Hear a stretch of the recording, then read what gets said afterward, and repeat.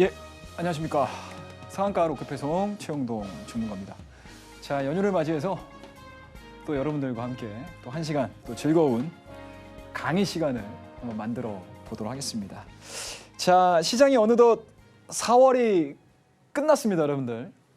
참 말도 많고 탈도 많았던, 그리고 관세라는 하나의 큰 악재라면 악재죠. 전 세계 지구촌을 뒤흔들었던 관세에 대한 리스크 부분들이 많이 옅어졌던 게 4월 달 마지막의 모습이었다라고 하게 되면, 과연 앞으로 5월 달을 맞이하는 이 시점에서 이러한 리스크 부분들, 그리고 국내 경기, 그리고 대선판이 진행이 되는 이 과정, 그리고 대선도 어느덧 끝날 거고요. 그 이후에 대한민국은 도대체 어디로 갈 것이며, 우리나라 주식시장은 또 어떠한 방향들을 보여줄지 참 기대가 큰 5월달이라고 볼 수 있을 것 같습니다. 물론 혹자들, 그리고 시장에서 흔히 우리가 얘기를 하는 것처럼 세린메이라는 이야기들을 상당히 많이 들으셨죠. 자, 올 초에 벌어들였던 수익이 많으셨다면 5월달은 시장에서 떠나야 되는 게 아니냐라는 증시의 속설인데, 과연 올해도 이 5월달에 세린메이가 진행이 될지, 아니면 그동안의 하락분을 만회를 하는 상승 구간들이 나올지 한번 좀 지켜볼 수 있는 시간을 우리가 맞이했다라고 말씀을 드리도록 하겠습니다. 자, 그럼에도 불구하고 우리는 매매는 늘 ING, keep going입니다, 여러분들. 자, 하나하나씩 이번 시간 강의를 통해서 예제들과 더불어 이러한 케이스 바이 케이스로 우리가 종목을 잡아낼 수 있는 그러한 이야기들을 하나하나씩 한번 말씀을 드려보도록 하겠습니다.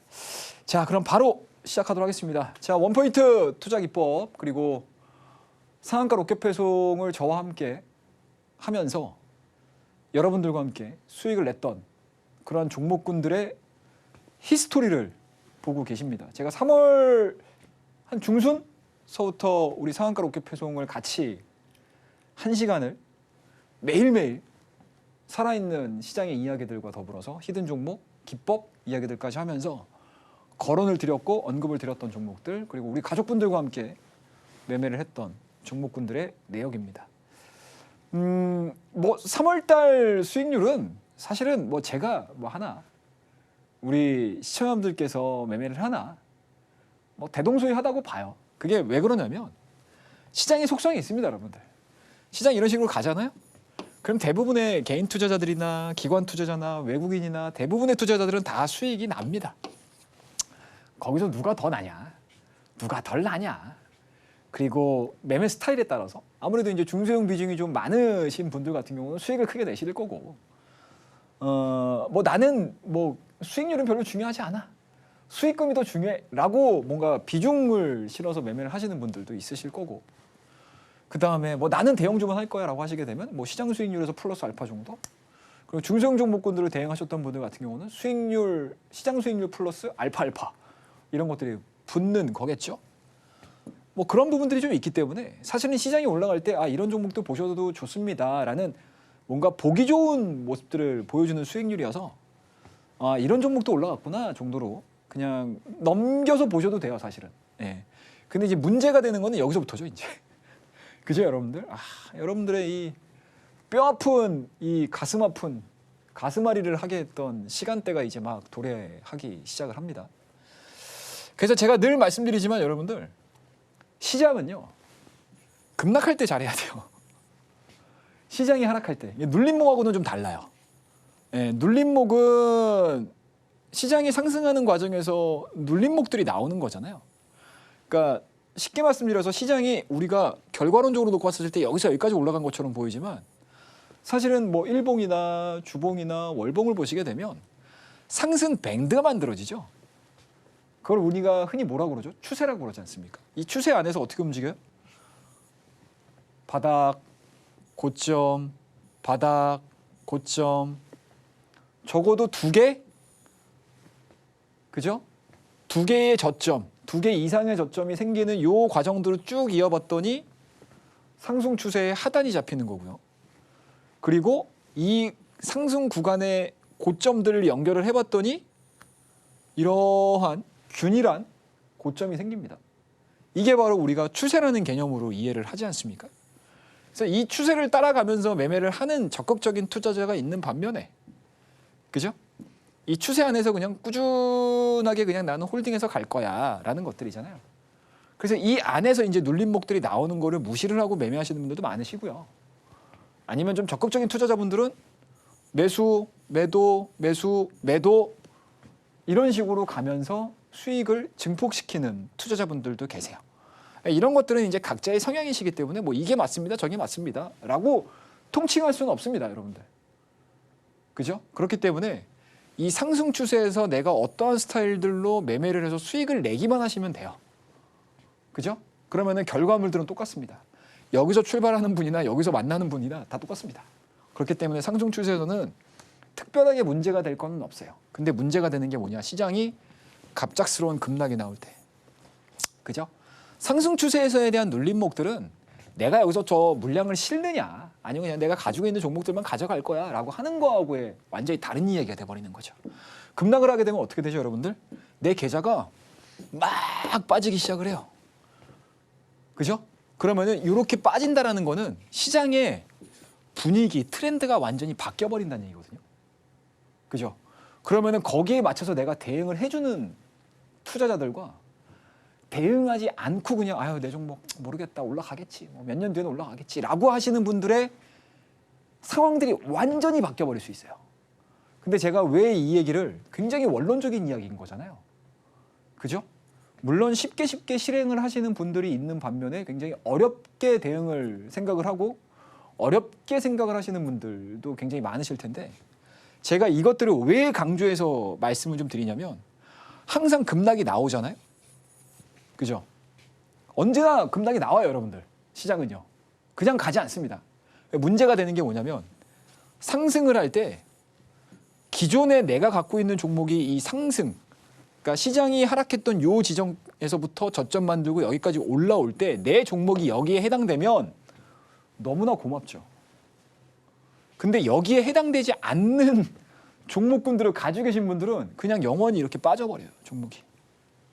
시장에서 일절 관심이 없어져 버리는 거죠. 그러니까 내 원금이 회복이 되려면 오매불망 기다리셔야 돼요. 그게 내일이 될지 내일 모레가 될지 뭐 1년 뒤가 될지 2년 뒤가 될지 3년 뒤가 될지 아무도 몰라요. 그래서 제가 항상 여러분들한테 이렇게 급락과 급등이 나올 때의 시장 분위기를 잘 따라가야 됩니다라고 얘기를 해드리는 이유가 바로 이 이유 때문에 그래요.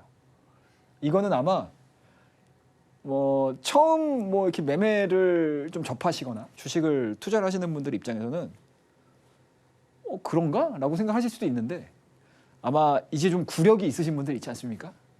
구력이 있으신 분들은 제 이야기를 딱 들으시자마자 그렇지, 그거지 라고 얘기하시는 분들도 굉장히 많으실 거예요. 그래서 4월달 첫째 주에 우리 수익률을 보게 되면 시장하고는 완전히 역행하죠. 시장이 급락하면 급락할수록 그죠? 막 5%씩 막 퉁퉁 떨어지고 나스닥 막 10%, 12%, 13% 막 퉁퉁 떨어지고 이 사이에 우리 수익률은 기하급수적으로 올라가기 시작을 하죠. 그죠? 제로투 30, 오파스넷 40, 그죠? 유니온 26, 코나이 56, 아가방 63, 코나이 다시 70, 유니온 31, 대상 막 48%. 이런 식으로 가죠, 여러분들. 쉽게 말씀드려서 작용과 반작용이에요. 어느 한쪽에서 안 좋은 일이 있으면 그 안 좋은 크기만큼 어느 쪽에서는 부르 쌓여요. 그게 뭐였다? 시장이 급락을 하니까 여러분들 시장과 관련된 종목군들 다 급락하죠. 근데 거기서 각광을 받고 있는 이러한 종목들, 이러한 종목군들 같은 경우는 시장의 수급이 일시적으로 확 쏠림들이 나오면서 주가에 대한 탄력도가 이런 식으로 나오는 거예요. 그래서 여러분들 시장 하락할 때 내가 어떻게 포지션을 구축하느냐에 따라서 완전히 얘기가 달라집니다. 아셨죠? 자, 그 다음 페이지 똑같아요, 여러분. 다른 게 뭐가 없어요. 다 똑같죠, 여러분들. 시장에서 평상시에 거론이 되는 종목군들이 거의 대부분이 아닐 거예요. 일부 종목군들을 빼고 나서는. 이때도 27, 15, 3.3, 16, 23, 9% 이런 식으로 다 수익률을 계속 쌓아나가는 매매들을 보여드리는 겁니다. 이제 여기서부터가 이제 뭔가 색깔이 좀 바뀌려고 준비를 하는 과정들이 눈에 보이실 거예요. 자, 폴라리스 다시 매매 들어가서 12%, PNX 메케닉스 3.72, 4월달 말에 이 PNX 메케닉스의 주가 차트를 보시게 되면 엄청나게 많이 올라가는 것들을 보실 거예요. 자, 코나이, ICT, 케어랩스, 비트, SKAI 이런 종목들. 자, 여기서부터도 정점인 거죠. 어떻습니까, 여러분들? 이 1년의 모든 종목군들의 성향들을 보시게 되면 시장하고는 좀 결이 다르죠. 뭔가 업황이라든지 업종의 수능에서 움직이는 것들이 아니고 개별적인 이슈에 반응을 해서 움직이는 종목군들이 대다수잖아요, 사실. 우리가 첫째 주에 코나이를 가지고 대박을 터뜨렸다고 하게 되면 코나이가 죽질 않아요, 한 번에. 또 들어가서 짧게 또 치고 나오고. 그리고 21일 날 같은 경우 보시게 되면 영보와 프롬파스트. 이게 뭐죠, 여러분들? 세종시. 이것도 하루짜리로 20% 이상 수익 내고 나오고. 이런 것들 제가 다 보여드릴 거예요, 여러분들. 자, 그 다음 페이지. 이렇게 수익 내면서 이제 성격이 조금씩 바뀌는 것들을 여러분들이 이제 눈으로 확인을 하시면서 보실 수가 있습니다. 자, 그러면 5월 달서부터는 어떻게 시장이 바뀔 거냐에 대해서 고민을 상당히 좀 많이 하셔야 될 것 같아요. 자, 하나하나씩 먼저 이야기를 하기 전에 자, 4월 달에 여러분들 뭔가 좀 변화의 조짐이 보이죠? 트럼프의 관세에 대한 스탠스가 좀 바뀌고 있어요. 결 자체가 좀 바뀌고 있습니다. 공격 일변도에서 뭔가 화해를 하고자 하는 제스처를 상당히 많이 내놓고 있는 상황이죠. 그런 부분들은 제가 6시에, 평일 6시에 하는 상한가 로켓 배송 시간대도 계속 말씀드렸죠. 기존의 중국과 현재의 중국, 그러니까 트럼프 1기 때의 중국과 트럼프 2기 때의 중국이 완전히 다른 중국이다라는 것들을 말씀드렸고, 트럼프 같은 경우는 임기 초기에 있기 때문에 앞으로 남아있는 국정기간이 3년이 넘게 남았어요. 그런데 임기 초기에 허니문을 보내도 시원찮을 판에 지금 대규모 시위도 일어나고 있고 인기도 막 퉁퉁퉁 떨어지는, 뭔가 이제 정치적인 입지 자체가 많이 흔들리고 있기 때문에 일방적으로 지금 관세를 밀고 나가지 못하는 그러한 이제 정치적인 위치에 와 있다라고 보거든요. 그런 부분들을 뭐 우리만 인지하겠습니까? 오히려 트럼프 이 행정부에서 더 인지를 하겠죠. 그에 따라서 무언가 이제 시장에 좀 우화적인, 좀 우회적인 또는 좀 뭔가 좀 유연해진 그러한 이제 제스처를 보여주기 시작을 한 거고요. 그래서 그런 부분들이 주가의 성격을 분명히 바꿀 거예요. 그리고 기존의 주주들의 스탠스도 많이 바뀔 거예요. 4월 달 3주차까지 뭔가 테마주에 집중되는 매매가 진행이 됐다고 하게 되면 4월 4주차 그리고 5월 달로 넘어오는 이 과정에서는 뭐 테마주들도 나름 움직이는 그런 흐름들을 좀 보여주고는 있지만 산업재들과 관련된 시클리컬 업종들, 경기 민감주들 이러한 종목군들에 대한 상승 부분들도 상당히 많이 나오고 있습니다. 뭐 일례로 보시게 되면은 SK 하이닉스 정도가 되겠죠.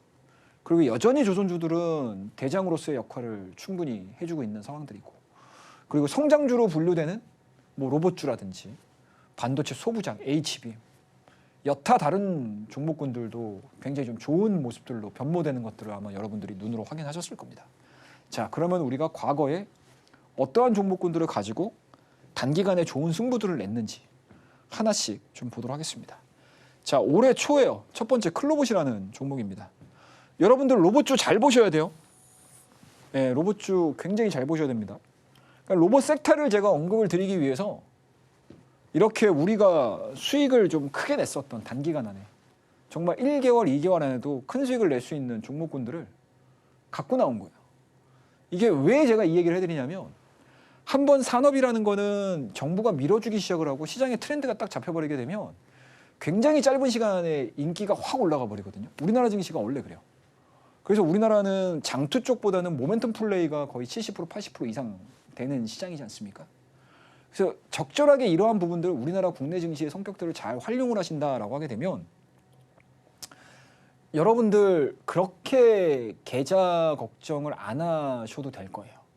그런데 이러한 매매들을 하는 데 있어서 엄청난 에너지와 엄청난 노력 그리고 엄청난 뭔가 시간 할애 이런 것들도 필요하시겠지만 초반에 기틀만 잘 잡아놓는다라고 하게 되면 그 다음서부터는 거의 뭐 무한동력입니다.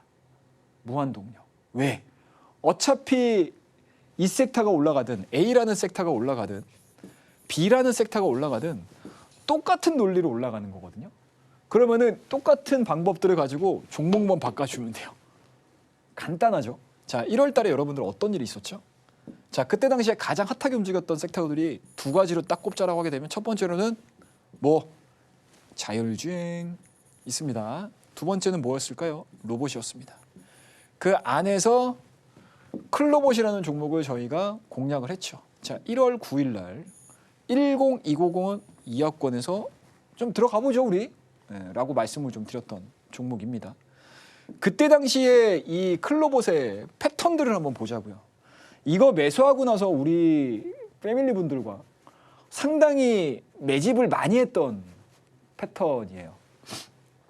자, 이때 당시 12월 달과 2025년도 1월 달로 요 넘어오는 과정에서 일단은 신호가 발생이 되긴 했어요. 요렇게 대량 거래량이 발생이 되면서 신규 상장한 이래로 주가가 계속 밀리다가 오랜만에 대량 거래량 던져지고 주가가 어때요? 21선 안으로 통 들어와 버리죠. 근데 이 구간에서는 사실은 이 클로봇이 왜 강해야 되는지에 대해서 우리가 이해를 잘 못하잖아요. 그죠? 차트를 딱 펴놓고 자, 여기가 매수 자리입니다 라고 할 수도 있어요. 근데 여러분들 이거 매수 떴다고 해서 매수 자리입니다 라고 설명하는 거 너무 어이없잖아요. 저는 개인적으로 그렇거든요. 아니, 저 자리 뭐 교과서적으로 저렇게 뜬다라고 하면 매수 자리라고 하게 되면 이 종목만 매수 자리예요? 시장에 2천 종목이 있는데 그중에 이런 패턴이 안 나오는 게 하루에 몇 개나 되겠습니까? 한 200개, 300개는 이런 패턴이 나와요. 그죠? 근데 결과론적으로 놓고 보게 되면 이렇게 움직였던 종목군들은 몇 개 안 돼요. 그것들을 선별하셔야 되잖아요. 그래서 저는 개인적으로는 주식 차트 설명할 때 자, 신호입니다 라고 해서 매수하는 거 그렇게 추구하는 스타일은 아니에요. 그리고 설명을 드릴 때도 이 자리가 매수 자리입니다 라고 그냥 맹목적으로 얘기해 드리는 스타일을 저는 별로 안 좋아합니다. 그래서 제가 그런 얘기를 잘 안 해요. 그래서 자, 그러면 이 클로봇이 빵빵빵 뛰었어요. 근데 이때 당시 어떤 얘기가 나왔냐면 뭐가 나왔습니까, 여러분들? 레인보우 로보틱스. 그죠? 레인보우 로보틱스. 자, 삼성으로 갈게요. 이런 얘기 나왔었고요. 또 뭐 나왔습니까? 자, 지난 연말에 뭐 나왔어요? 로보택시. 그죠? 로보택시하고 또 같이 나왔던 게 뭐예요? 테슬라가. 옵티머스. 그죠? 그리고 신사업으로 들고 나왔던 거 엔비디아에서 로봇 플랫폼, 로봇 AI 이 얘기 들고 나왔잖아요. 그리고 이미 피규어 공예를 통해 가지고 잠깐만 이제부터는 휴머노이드 로봇인가 막 이런 얘기 했었잖아요. 그러면서 전 세계가 이제 로봇주와 관련해 가지고 쫙 붐이 불기 시작했습니다. 그러면 당연히 우리나라도 트렌드가 빠른 나라인데, 그죠? 똑같잖아요, 여러분들. 우리나라 뭐 하나 유행한다 그러면 다 똑같이 들고 다니고 입고 다니고 신고 다니고 다 똑같잖아요. 그죠? 그 정도로 우리나라만의 특유의 이 매매 포인트가 시장에도 그대로 녹아 있어요. 자, 주가가 일차적으로 올랐어요. 근데 더 이상 주가가 안 빠지네. 사이드를 기네요. 그런데 보시게 되면 5일선하고 21선의 이격 자체가 많이 벌어져 있어요. 그런데 기존에 신규 상장하고 나서 거래량 대비해서 거래량이 계속 늘고 있어. 이런 식으로.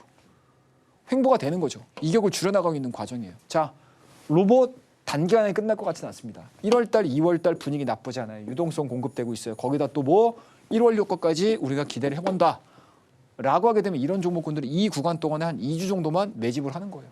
자, 하루에 1%, 1%, 1%, 1%, 1%, 1%, 1%만 사셨어도 여러분들 이 구간에서 20%예요, 매집이. 그죠? 그러다가 어느 순간 이 주가가 무르익잖아요. 그리고 대량 거래량 빵 터지면서 주가가 또 가기 시작했어요. 그래서 우리 패밀리 분들과 이 구간에서 매수했던 요 가격대를 3월달 정점에서 던지고 나온 거예요. 그러니까 어때요, 여러분들? 어떻습니까? 딱 75%? 이 정도의 수익을 내고 나오는 거예요. 그런데 여러분들 5월 달에 이 클로봇에 주가 차트를 한번 유심히 보십시오. 로봇 섹터에 대한 긍정적인 코멘트들이 분위기가 잡히고 뭔가 대선 선거운동이 진행되는 과정에서 정책에 대한 내용들이 나올 때 과연 로봇에 대한 이야기들을 할지 안 할지 한번 지켜보십시오. 굉장히 의미 있는 사건, 사고들이 굉장히 많이 나올 거라고 저는 보거든요. 그리고 관세에 대한 영향력 자체가 다시 옅어진다? 지금보다 더 미국하고 중국하고 화해할 것 같은데? 협상 잘 될 것 같은데? 잠깐만. 관세 리스크로 인해서 경기가 빡 꺼졌는데? 다시 우리 유동성 공급해가지고 주가를 끌어올려야 될 것 같아. 그러면은 그러한 분위기에서 가장 화려하게 움직여줄 수 있는 종목군들이 어떤 거? 성장주. 거기에 로봇주들이 과연 해당이 될지 안 될지 한번 지켜보자고요. 자, 그 다음 하나오션이라는 종목입니다. 아이고, 뭐 요새 뭐 하나오션 얘기 안 하면은 사실은 주식 뭐 하는 건가? 라고 생각을 할 정도로 조선주들의 움직임들이 상당히 좋아요. 참 어려워요. 참 어렵습니다. 여러분들 조선주를 얘기를 하는 게 상당히 좀 어려운 종목이기도 해요. 참 없으면 서운하고 또 신규로 들어가자니 주가에 대한 상승폭이 너무 크게 나온 상황이고 근데 앞으로 또 벌어들일 그리고 앞으로 뭔가 사업의 연계성이 확장이 되면서 조선주들의 움직임들 그리고 우리나라와 미국과 그리고 우리나라 미국과의 뭐 조선 관계, 조선업에 대한 관계 흐름들 그런 부분들을 봤었을 때 충분히 새롭게 먹거리가 생기는 상황들이긴 하지만 단순하게 놓고 봤었을 때 참 들어가기가 어려운 섹터 중에 하나라고 저는 생각을 하고 있습니다. 자, 그럼에도 불구하고 이 종목군들의 타점들이 어떻게 변화하는지 좀 보셔야 되는데 자, 보이시죠 여러분들? 하나오션? 이게 작년도 2023년 10월 23일 날 제가 말씀드렸던 종목이에요. 그때 당시에. 자, 패턴을 한번 볼게요. 자, 여러분들 아마 하나오션이나 우리나라 조선주 보시게 되면은 연봉 차트 보세요. 이제 막 올라와요. 이제 막 올라온 거예요. 10년 만에 이제 빅사이클을 지금 맞이하고 있는 그런 상황들인데 자, 이때 당시에도 여러분들 들어갈 수 있는 타점들은 분명히 있어요. 제가 항상 말씀드리지만 횡보되는 과정, 그죠? 돌파가 한번 이루어졌죠? 그 다음에 정점 찍었죠? 여기서 못 들어가셔도 돼요. 여기가 중요한 게 아니에요. 여기서 눌림목을 맞는데 어떻게 돼요, 여러분들? 직전 고점을 깨지 않고 여기서부터 리바운딩이 되기 시작을 하면서 주가가 막 움직이기 시작을 한 거예요. 이 뒤로 움직임들을 보게 되면 빠졌다가 또 올라갔다가 빠졌다가 올라갔다가 이런 모습도 계속 반복할 거예요. 그런데 작년도 10월 달서부터 이 조선업을 바라보는 시각 자체가 완전히 바뀌기 시작을 한 거죠. 그죠? 그게 가장 중요해요. 그냥 단순하게 차트 공략을 통해 가지고 여기가 저점이었고요. 지금 가격이 막 이만큼 와 있어요. 라고 얘기를 하는 거는 정말 단편적인 해설이고 해석이다. 라고 말씀드리고 이때 당시에 저점을 찍고 고점을 돌파시키고 했었을 때 시황들이 계속 바뀔 거예요. 계속 바뀔 겁니다. 그리고 사실은 활용 점정은 뭐였냐. 1월 20일 당선인 신분, 그러니까 백악관에 들어오기 이전에 당선인 신분들을 가지고 있는 그 시점에서 트럼프가 우리나라 조선사들을 계속 언급했어요. 그죠? 그리고 그 안에서 벌어들이고 있는 수익들이 굉장히 나쁘지 않았었어요. 그런 것들이 복합적으로 작용을 하면서 지금의 하나오션의 주가를 형성시켰다. 지금의 조선업종의 주가를 떠받들고 있다라고 보시면 됩니다. 그래서 지금 구간에서 조선업종을 공략을 할 때 주가의 위치를 보는 게 아니고 앞으로 내러티브를 잘 보셔야 돼요. 굉장히 중요합니다. 그게. 자, 그 다음 SOS랩. 이것도 똑같죠, 여러분들. 앞전에 우리가 클로봇이라는 종목을 가지고 올해 초반에 거의 뭐 70% 이상 단기간에 짧은 수익을 통해서 짧은 기간 동안에 수익을 고수익을 냈다라고 하게 되면 이때 당시에 같이 공략을 했던 종목이 이 SOS랩이라는 종목입니다. 이 종목도 동일해요, 여러분들. 기술적으로 놓고 보게 되면 어때요, 여러분들? 자, 쌍바닥 만들었죠?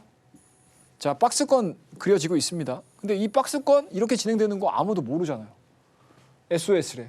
몰라요, 여러분들. 라이다.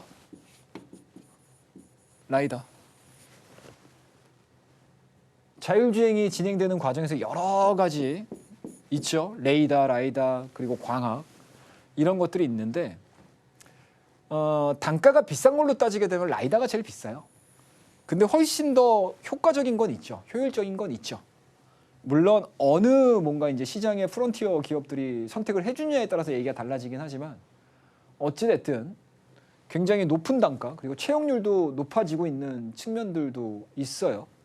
자, 그런 과정들이 진행이 되는 건데 그러한 업무를 그러한 영업 활동을 하고 있는 게 작년에도 했고 재작년에도 했고 재작년에도 했을 거예요. 근데 왜 유독 이 시점에서 이 SOS랩이 자율주행이 시장에서 각광을 받았느냐라는 관점인 건데요. 12월 달 들기 시작을 하면서 어때요, 여러분들? 빵, 빵, 돌파, 빵 내려맞고 직전에 두 번의 고점을 하향 이탈시키지 않고 대량 거래량이 이제 막 여기서 실리기 시작을 하는 거예요. 이거를 우리가 뭐라고 그러죠, 여러분들? 눌림목이라고 얘기를 합니다. 이 눌림목에서 시장의 변화가 어떻게 되죠? 자, 자율주행이야. 자, 올해는 자율주행의 경쟁이 시작되는 한 해가 될 거야. 라는 이야기들을 엄청나게 많이 들으셨을 거예요. 그래서 우리나라뿐만 아니고 전 세계가 자율주행에 관심을 갖기 시작했던 시기가 바로 이 시기였어요. 그래서 주가가 12월 달 중순서부터 눌림목 이후에 주가에 대한 탄력도가 단 한 달 만에 이런 식으로 움직인 겁니다. 7,000원, 8,000원 했던 주가가 얼마까지? 단기간에 15,000원, 16,000원대까지 간 거예요. 그리고 쭉 밀리기 시작을 하는 거죠. 이 종목도 마찬가지로 우리가 올해 초에 시장이 돈을 벌어들일 때 시장 수익률보다 알파를 줬던 대표적인 종목이 바로 이 SOS랩입니다. 과연 자율주행이 1월 달, 2월 달, 3월 달로 끝났을까요? 아니에요. 또 다른 얘기가 나올 수 있습니다, 여러분들. 뭐다? 로보택시. 시험 생산이 6월에 있습니다. 그래서 갖고 나온 거예요. 다시 상기하자. 다시 한번 바라보자. 라는 관점에서 잊지 않으셔야 되는 종목. 그리고 꼭 굳이 자율주행을 하는데 나는 뭐 SOS를 별로 안 좋아하는데? 라고 하시는 분들도 있을 거예요. 나는 프론트가 훨씬 좋은데? 나는 현대그룹에 속해 있는 현대 오토에버가 더 좋은데? 그리고 뭐 다른 뭐 또 자율주행 종목군들 많지 않습니까? 뭐 라닉스도 있을 거고요. 난 그런 종목 할 건데? 뭐 나는 라이콤 할 건데? 막 이런 분들도 많으실 거예요. 근데 그런 종목군들을 말씀드리는 게 아니고 자율주행을 한번 좀 5월 달에 한번 비켜보자 라는 의미에서 과거의 기억들을 한번 좀 끄집어내서 여러분들에게 말씀을 좀 드리는 겁니다. 공부도 하고 어떤 타점에서 우리가 매매를 들어가야 되고 그리고 매매가 타점들이 나왔을 때 타점이 나온 그 시기에 이 SOS랩이 속해 있는 자율주행이 어떠한 방향으로 시장에서 이야기가 이루어지는지 좀 호전적인 이야기로 진행이 되고 있는지 그런 것들을 참고를 하신다고 하게 되면 매매하시는데 훨씬 유리한 그런 투자자가 되실 수 있지 않겠느냐라는 관점에서 말씀을 좀 드리는 거고요. 자, 그 다음에 이러한 심텍이라는 종목도 마찬가지죠. 이건 시황 관련된 종목군들. 그때그때 움직이는 시황에 관련된 종목군들을 매매를 할 때 대응하는 방법들 똑같습니다. 앞절에 우리가 SOS랩을 눌림목 공략을 통해서 타점을 받았고 시황을 체크를 했다고 하게 되면 이 심텍이라는 종목도 마찬가지죠. 작년도 10월 달에 고점을 돌파를 시켰죠. 대량 거래량을 동반을 해서. 근데 한 번에 안 가요. 심텍이라는 종목이. 기판 쪽, 소캠. 이런 종목군들이 이제 눌림목을 맞고 다시 한번 돌파가 이루어질 때 수익 실현을 시켰던 그러한 종목들입니다. 이런 패턴들은 실전에서 굉장히 많이 나오는 패턴들이에요. 눌림목 패턴. 그리고 직전 고점에서 지지를 받고 진행이 되는 것들. 그리고 직전 고점에서 지지를 받는 그 과정에서 이 갭이 의미하는 부분들. 이러한 갭 부분들. 이러한 갭 부분들이 유지가 된다는 거는 이 갭은 뭐다 여러분들? 상승 갭. 그죠? 상승 갭이 의미를 하는 거는 엄청난 에너지가 여기에 투영이 됐다라고 보는 거죠. 그래서 단기간 안에 정말 커다란 악재가 나오지 않는 이상 지지선으로서의 역할을 충분히 해주고 있다라는 것들로 해석을 해볼 수가 있어요. 이런 패턴들 기억 잘 하시고요. 자, 그 다음 페이지. CMS라는 종목입니다. 똑같이 여러분들 우리가 앞절에 어떤 종목 매매했어요? 클로버 매매했죠? 그죠? 로봇주들 갈 때 새롭게 부각이 됐던 종목도 바로 CMS라는 종목입니다. 이 종목도 단 일주일 만에 11%, 1박 2일로는 11%지만 일주일 정도 기간 동안에 굉장히 재미를 많이 본 그런 종목군들이에요. 그래서 이렇게 여러분들과 함께 실시간으로 매매를 했던 흔적들도 제가 다 보여드립니다. 그래서 이 종목도 마찬가지로 굉장히 좋은 기술력을 갖고 있습니다, 여러분들. 그리고 앞절의 클로봇이 약간은 하드웨어적이다 라고 하게 되면 하드웨어만 있어야 되는 건 아니잖아요. 그죠? 휴머노이드 로봇이 정상적인 운영이 되고 작동이 돼야 되고 그리고 행위를 해야 된다라고 하게 되면 기본적으로 소프트웨어에 대한 파워들도 분명히 있어야 되거든요. 거기를 담당을 하고 있는 회사가 바로 이 시메스라는 거고 그런 부분들에 있어서 뭔가 하나의 섹터를 움직일 때 그 안에서도 좀 세분화해서 접근을 하시려고 하시는 분들은 앞서 클로봇과 시메스의 관계처럼 다양한 종목들을 찾아보실 수가 있습니다. 굉장히 재미있는 매매가 되실 거예요. 자, 그 다음 SA입니다. 자, 여러분들 물을 한 잔 마시고 자, 우리 올해 들어서 또 하나 시장에서 많이 듣고 있는 아주 꺼질 듯 하면 또 이야기가 나오고 또 꺼질 듯 하면 또 이야기가 나오고 하는 것들이 있죠. 그게 뭐죠, 여러분들? 한한령입니다. 한한령. 자, 한한령의 이 해제가 가시적으로 풀릴 확률이 기존보다 확실히 높아진 건 있어요. 지금 2025년도 요 상반기가 있습니다. 자, 일단은 중국의 입장을 보셔야 돼요. 중국 지금 안 좋거든요, 사실. 그죠? 지금 GDP도 목표했던 거에 지금 될까 말까 지금 고민을 굉장히 많이 하는 시점입니다. 워낙 지금 침체가 돼 있는 상황들이기 때문에 어떤 식으로든 뭔가 확 열어야 되는 상황들이 왔어요. 거기에 마지막 퍼즐이 저는 한한령이라고 보거든요. 한한령. 내수를 살리고 돈이 돌게 하고 하는 데 있어서 그 안에서 가장 한한령에 대한 부분들이 해제가 됐었을 때 수혜를 받을 수 있는 섹터군들을 우리가 통상 한 두 가지 정도로 얘기를 많이 하죠. 첫 번째로는 엔터. 자, 우리 그동안에 한한령 10년 전에 우리나라 가수들, 아티스트들 가가지고 중국에서 엄청나게 많이 활동했었잖아요. 돈도 많이 벌어왔고, 그죠? 그때 당시에 엔터주들에 대한 주가 흐름들을 좀 보시게 되면 굉장히 탄력적으로 움직였어요. 그만큼 어떻게 돼요? 엔터사들에 있어서 중국 시장이라는 거는 정말 뭔가 엘도라도입니다. 엘도라도. 황금, 골드러시에 가깝습니다. 왜? 우리나라하고 내수 규모가 다르잖아요. 아시아에서. 그죠? 근데 그 이후로 뭔가 각국 정부 간의 뭔가 불협화음으로 인해서 뭔가 사이가 좀 틀어지면서 한한령, 뭐 한한령이라고 사실 명확하게 한한령이야 라고 하진 않았어요. 근데 그 이후서부터는 좀 원활한 활동을 못했던 것 뿐인 거죠. 근데 이번 들어서서 이제 한한령에 대한 기대감들이 상당히 해제에 대한 기대감들이 굉장히 커지고 있어요. 그런 부분들은 단순하게 우리나라 엔터사들이 좋아서 그건 아니고 거고 뭔가 이제 정치적인 부분들도 있겠죠. 그리고 그 안에서 그만큼 중국 시장에서 활동을 못했던 만큼 우리나라는 뭐 미국의 빌보드에도 가 있고 유럽에도 가 있고 중남미에도 가 있고 뭐 유럽에도 가 있고 뭐 정말 뭐 그동안에는 뭐 아시아에서만 활동 범위가 넓어졌다라고 되면 사실은 중국 시장이 저무는 대신에 얻은 것도 있죠. 근데 그렇게 금이환영한 상태에서 한한령이 풀린다. 아유, 그러면 이제 뭐 게임이 안 될 수도 있겠죠. 그러한 부분들에 대한 기대감들입니다. 이러한 내용들이 지금 작년도 11월 달, 12월 달서부터 계속 진행이 됐어요. 그러면서 실적도 안 좋아졌던 상황이었는데 실적의 바닥을 확인한 상태에서 지속적으로 작년 말, 올해 초 그리고 일정 수준 3월 달, 4월 달 눌림목 받았던 상황에서 다시 5월 달에 이런 식의 방향성들이 나올 수 있을지를 체크를 하셔야 되는데 자, 저희 SM 같은 경우 저희가 한 2번 정도 매매를 한 달여 기간 동안에 두 번을 매매를 했던 종목이에요. 그래서 되게 짧아요, 사실은. 이런 엔터주들의 이 상승폭들이. 실적 시즌 조금 더 올라가게 되면 실적 시즌 맞이하기 때문에 실적 시즌 되게 되면 또 밀리고 실적 시즌 확인하게 되면 또 다시 올라가고 막 이런 식으로 가요. 이 패턴들이. 그래서 SM이라는 종목을 저희가 이 구간에서 매매를 해가지고 굉장히 재미있게 수익을 냈던 상황이었고 보이시죠, 여러분들? 눌립니다, 이렇게. 눌리다가 보시게 되면 동일한 저점에서 또 지지가 확인이 돼요. 재밌죠, 여러분들? 이러한 지점에서 또다시 한번 한한령에 대한 기대감들이 나오기 시작하면서 또 올라가요. 올라가는 기간도 꽤 길어요. 이 SM 같은 경우. 이 엔터주들 같은 경우는. 굉장히 깁니다. 그래서 항상 교과서적으로 이 엔터주들의 패턴들을 익혀버리시게 되면 되게 재밌는 매매가 될 거예요. 그리고 생각했던 것보다 시장이 밀릴 때 되게 안 밀려요. 경기 방어주 성격도 심지어 갖고 있습니다.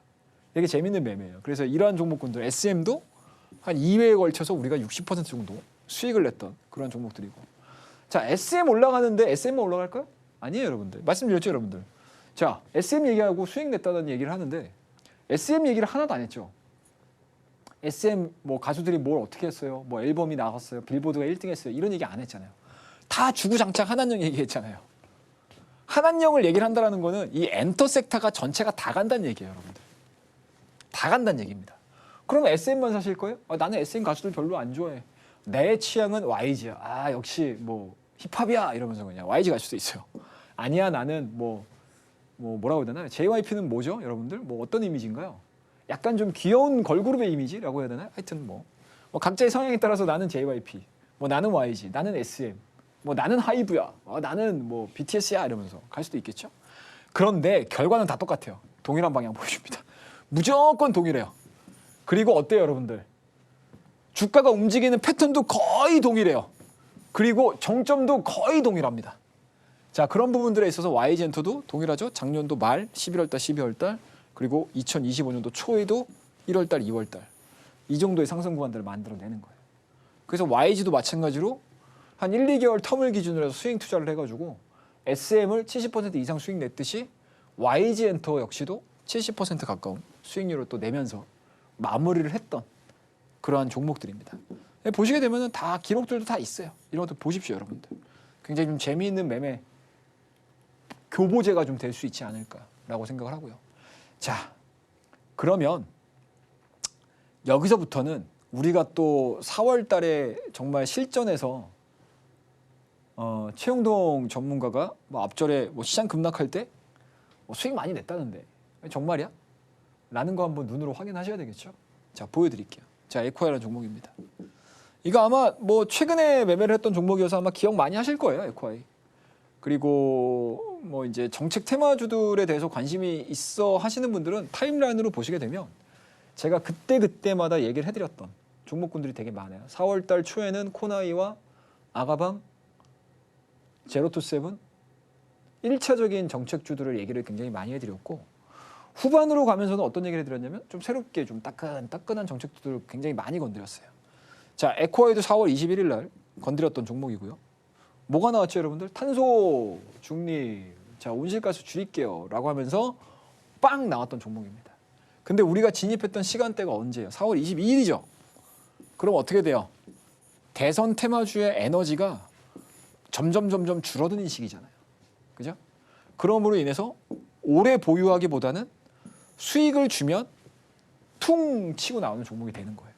그래서 1박 2일 코스 만에 23.68%의 수익을 내면서 마무리를 시켰던 종목이에요. 하루 만에. 우리 보유하고 24시간 만인 거죠, 쉽게 얘기해서. 24% 정도 수익을 내는 겁니다, 여러분들. 굉장히 간단하죠? 이런 것들을 여러분들에게 이렇게 증거 자료와 함께 보여드리는 겁니다, 여러분들. 증거 자료. 이런 내용들을 여러분들 저가 실시간으로 안내 나가죠, 여러분들. 여기에서 여러분들에게 증명을 하고 있어요, 여러분들. 이런 내용들을 저와 함께 호흡을 하고 싶다라고 하시는 분들은 밑에 안내를 통해서 들어오시면 됩니다. 자, 그 다음 에이징랜드. 아이고 참, 에이징랜드. 이거 분봉이에요, 여러분들. 5분봉인데요.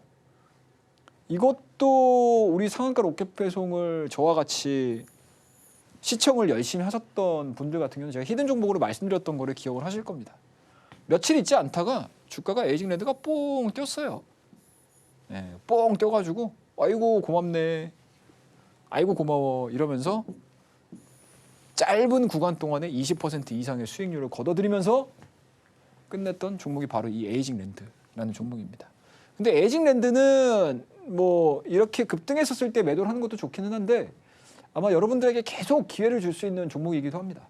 에이징랜드 같은 경우는 TSMC 밸류체인 내에 있는 유일한 디자인하우스 기업이기 때문에 항상 내용들이 나올 때마다 수익을 거둘 수 있는 그런 종목들이니까 참고로 계속 해보시고, 자, 그 다음에 이제 21일서부터 매매를 했던 프롬퍼스터 이런 종목도 마찬가지죠. 뭐였죠, 여러분들? 뭐였습니까, 여러분들?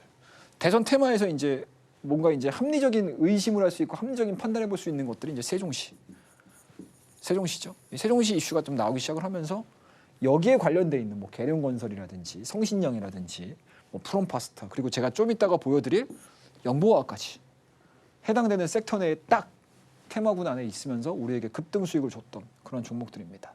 자, 영보화학부터 볼까요? 타임라인대로 볼게요.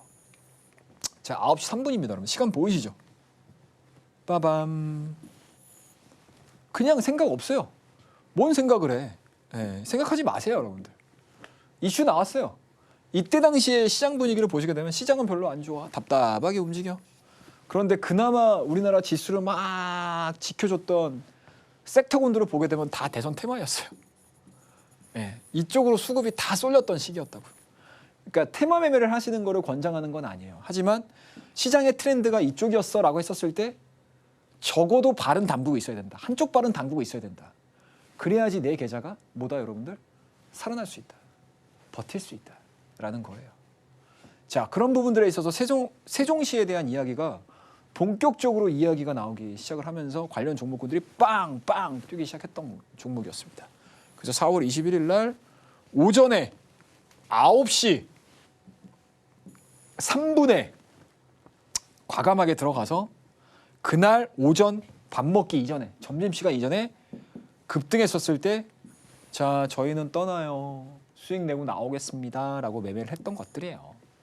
그래서 제가 여러분들 왜 이렇게까지 매도 사인들까지 다 보여드리면서 여러분들에게 설명을 드리는 이유를 아셔야 됩니다. 영원하지 않은 거잖아요. 대선 테마는. 그러니까 내가 원하는 만큼의 수익률이 달성이 되게 되면 미련 두지 말고 나오는 것도 저는 투자자의 미덕이라고 생각을 합니다. 아셨죠? 자, 그 다음 종목 볼게요. 프롬파스도 동일하게 들어갔죠. 자, 앞서 영보하기 9시 3분이었어? 라고 하게 되면 이거는 9시 11분이에요. 제가 늘 말씀드리죠. 하나의 섹터가 형성이 되게 되면 거기 안에 들어가 있는 A라는 종목, B라는 종목, C라는 종목, D라는 종목 다 같은 방향을 보여준다. 그죠? 물론 얘가 20% 갈 수도 있고 얘는 10% 갈 수도 있고 뭐 얘는 15% 갈 수도 있고 얘는 뭐 한 3, 4% 갈 수도 있고 한 거겠죠. 뭐 각각 안에 그 테마군 안에서의 그레이드가 있으니까. 그거는 이제 뭐 각자의 영향인 거고. 말씀드리고자 하는 부분들은 수익을 내고 나오면은 동일한 시점에서 들어가서 동일한 시점에서 매도를 하고 나온다라고 보시면 돼요.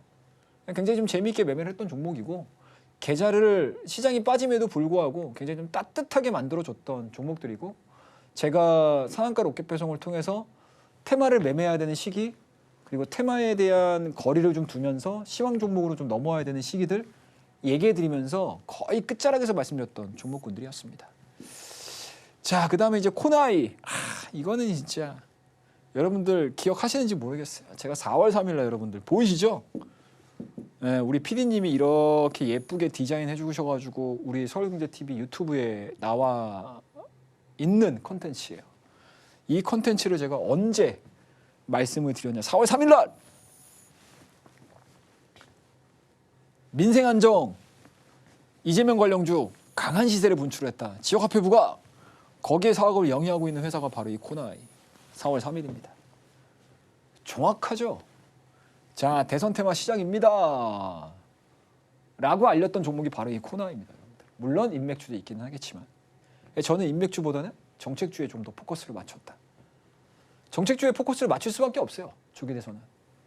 왜냐? 대선 기간이 짧잖아요. 그리고 일반적인 대선이 아니잖아요. 그렇기 때문에 정책 싸움으로 넘어갈 가능성이 상당히 높다. 그래서 굳이 인맥주에 뭐 중대선에 할 게 아니고 그냥 안정적으로 정책으로 가자라는 관점에서 코나이를 제가 4월 3일 날 말씀드렸던 종목입니다. 자, 매수했던 구간들 한번 볼까? 자, 29, 29,000원 이하권 매수. 얼마까지 올라갔어요? 486까지 올라갔습니다. 단기간 안에 수익률이 67%. 너무 좋죠? 그냥 없는 얘기 하는 거 아니에요, 여러분들. 자, 제가 코나이 말씀드렸어요. 이걸로 끝이 아니에요. 다 모든 것들을 다 증명을 해드리는 자료고요. 그리고 심지어 4월 20일 날은 코나이 단타까지 했어요. 한 번에 죽지 않죠, 종목들이. 네, 항상 데드캣 바운스라는 게 있습니다, 여러분들. 그죠, 여러분들? 항상 급격하게 올라가도 어느 순간 되게 되면 여기서 한번 올라와요. 그리고 죽어, 다시. 근데 가급적이면 이런 거는 선수가 아니면 하지 말자라는 의미에서 이렇게 보여드리는 거니까 4월 21일 날도 마찬가지로 되게 재밌게 매매했던 종목입니다. 11시 5분에 우리가 코나이를 들어가서 보이시죠? 11시 5분. 시간까지 다 보세요. 11시 5분. 그 다음 매수 매도 코나이 333. 자, 그리고 매도를 어느 시간에 했냐. 그 다음 날 9시 37분. 36 부분 나머지 부분 매도 챙기고 나오겠습니다 라고 해서 마무리를 지었던 종목이에요. 그래서 이런 것들은 이렇게 급등했던 종목들을 그냥 한 번에 끝내는 게 아니고 중간중간에 에피타이저도 이렇게도 또 수익 내는구나 라는 재미를 좀 보셨으면 좋겠다 라는 생각에서 약간은 이제 초보를 이제 막 벗어나고 이제 매매에 흥미를 느끼시는 분들 같은 경우 이런 매매도 굉장히 좀 의미 있는 재미일 거라고 저는 생각을 하고 있습니다. 그다음에 이제 웹캡시 매매했던 것들 좀 보시면 재미있을 것 같고요. 그다음에 인디에프도 마찬가지로 순환매 관점으로 상승 구간들을 잘 만들어냈던 그런 대표적인 종목입니다. 재미있게 매매했던 종목이에요. 그다음에 이제 대상홀딩스. 요것도 이제 4월 4일 날 매매를 했던 종목이에요. 이 종목도 매매를 하고 나서 40% 이상, 50%에 가까운 수익률을 만들어냈던 종목입니다. 대선 후보군에 여전히 수급이 돌았던 상황들이었기 때문에 뭐 여야 가릴 것 없어요. 물론 인용이 된 상태였기 때문에 여야를 우리가 구분할 수는 없기는 하겠지만 어찌됐든 과거의 기준으로 봤었을 때 국민의힘 후보들과 민주당의 후보들이 계속 이제 시소 게임을 했었던 시기여가지고 또 한쪽만 하기보다는 중도로서 이제 대상홀딩스를 같이 건드렸던 종목입니다. 좋은 수익률을 보여주잖아요. 48%. 너무 좋아요. 자, 그다음 대상홀딩스 또 매매를 했죠. 그냥 끝나지 않는다라고 계속 말씀드리잖아요, 제가 여러분들. 한 번 급등했던 종목은 이렇게 다이렉트로 안 죽어요. 하락하는 과정에서도 이런 식으로 내려옵니다. 이 구간들은 이제 능력이 있는 것, 능력껏 제가 이제 트레이딩을 해서 수익을 냈던 그런 종목이고요. 보시게 되면 보이시죠? 4월 18일 날 매매했던 것들. 그리고 정점 딱 찍고 나서 급등하고 정점을 딱 찍는 순간에 싹 매도하고 나왔다. 그런 종목군들이야. 되게 재미있게 매매했어요. 이런 것들도 좀 있었고요. 당일 단타 이런 것도 좀 있었고. 그다음에 케어랩스. 이것도 이제 4월 16일 날 매매를 했던 그런 종목들인데 케어랩스도 마찬가지죠, 여러분들. 4월 3주차에 비대면 원격 진료 이 얘기 나오면서 케어랩스, 비트코인, 인성정보, 그죠? 이지케어텍 이런 종목, 유비케어 이런 종목들이 막 급등했었잖아요. 그런 타이밍들을 잘 노려서 보시면 8시 56분에 매매를 했던 그런 종목군들입니다. 그래서 이런 종목군들을 여러분들과 함께 시장이 흔들릴 때, 시장이 어려울 때 굉장히 재미있게 매매를 했고 우리 패밀리분들의 소중한 주식 투자금을 지켜드렸던 매매들, 그리고 정상적인 시장이 돌아왔을 때 또 그거에 맞는 색깔들을 바꿔 드리는데 일조하면서 열심히 매매를 하고 있는 전문가라고 생각을 해주시면 감사하겠습니다. 그래서 항상 시장은 변합니다, 여러분들. 제가 항상 상한가 로켓 배송 1시간 동안 우리 시청자분들과 같이 하면서 늘 강조해서 말씀드리는 거는 이기는 투자를 하셨으면 좋겠고요. 우리나라 시장의 특성을 좀 이해를 하자라는 관점에서 좀 적극적인 투자에 대한 방법들, 그리고 시장을 읽어나감과 동시에 지금 현재의 우리 증시에서 내가 어떠한 옷을 입고 있어야 되는지, 어떠한 패션을 알고 있어야 되는지, 그것들에 대해서 항상 강조해 드리고 있습니다. 그래서 이번 연휴 기간 동안에, 휴일 동안에 1시간 동안 저 혼자 외롭게 강의를 진행을 했는데 많이 좀 도움이 되셨으면 좋겠다라고 생각을 하고 있고요. 그리고 연휴가 끝나고 본격적으로 5월 달이 시작이 됐었을 때 이러한 강의 내용들을 기반으로 해서 좋은 종목들을 스스로가 좀 찾아가는데 일조를 했으면 하는 마음에서 오늘 1시간 동안 저의 이야기를 한번 해봤습니다. 그래서 오늘 어떠셨는지는 모르겠지만 항상 진심을 다해서 여러분들과 소통을 하고 이야기를 하기를 늘 준비되어 있고 늘 바라는 전문가라고 생각을 하시면 될 것 같습니다. 많은 분들이 지금 밑에 하단에 나오는 안내 페이지를 통해서 저와 함께 하고 있습니다. 이 강의를 처음 들으시는 분들, 앞으로 계속 들으실 분들 한 분도 빠짐없이 들어오셔서 저와 장중에 실시간 통화할 수 있는 창구까지 제가 만들어놨으니까요. 많이 성원해 주시고 응원해 주시기 바라겠습니다. 자, 오늘 휴일을 앞둬서 강의를 한번 준비해 봤으니까요. 계속 돌려봐 주시고 재미있게 감상해 주시기 바라겠습니다. 자, 그러면 오늘 상한가 로켓 배송 특집 강의 시간은 이 정도에서 마무리를 하고요. 다음 정규 시간에서 뵙도록 하겠습니다. 감사합니다.